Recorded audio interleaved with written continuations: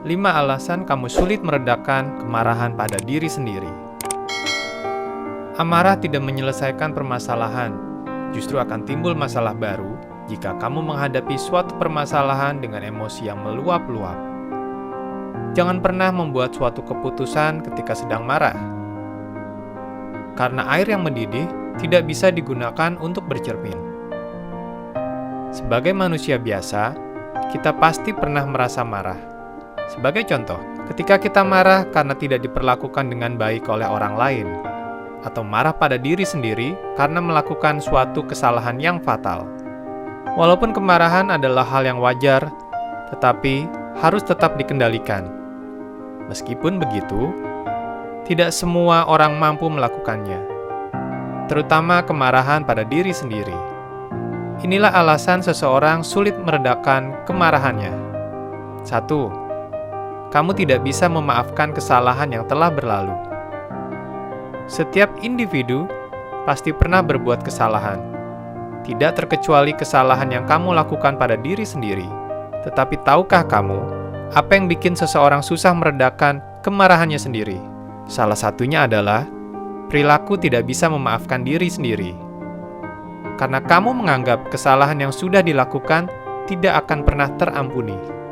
Kedua, selalu mengungkit-ungkit kekurangan diri sendiri. Kekurangan tidak seharusnya diungkit-ungkit. Terlebih lagi menjadikan itu alasan untuk meragukan diri sendiri. Kamu tidak berani melangkah gara-gara minder dengan kekurangan yang ada. Tanpa disadari, ini bisa memancing emosi pada diri sendiri.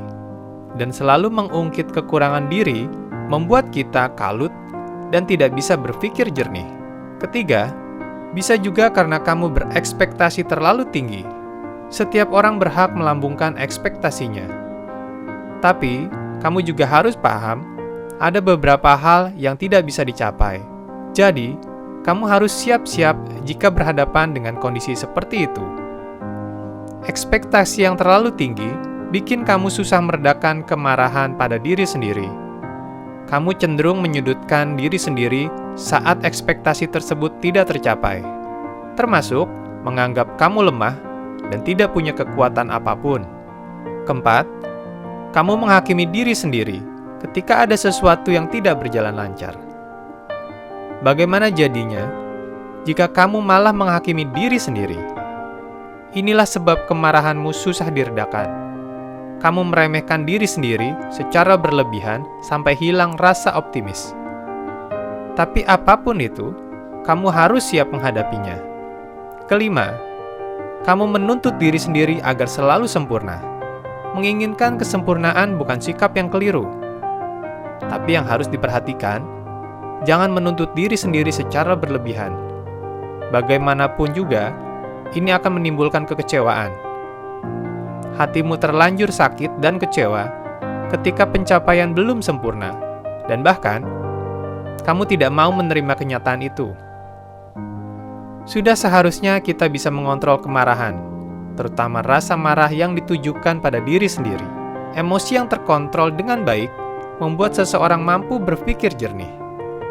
Ia bisa menyikapi segala permasalahan dengan bijaksana. Menghadapi masalah dengan rasa amarah akan sia-sia. Ketika marah, akan sulit untuk mengontrol diri sendiri. Kemarahan tidak menyelesaikan apa-apa, karena hanya meningkatkan tekanan darahmu. Di mana ada kemarahan, selalu ada rasa sakit di bawahnya. Kemarahan hanya berguna pada titik tertentu. Setelah itu, menjadi amarah, dan amarah akan membuat kamu lalai.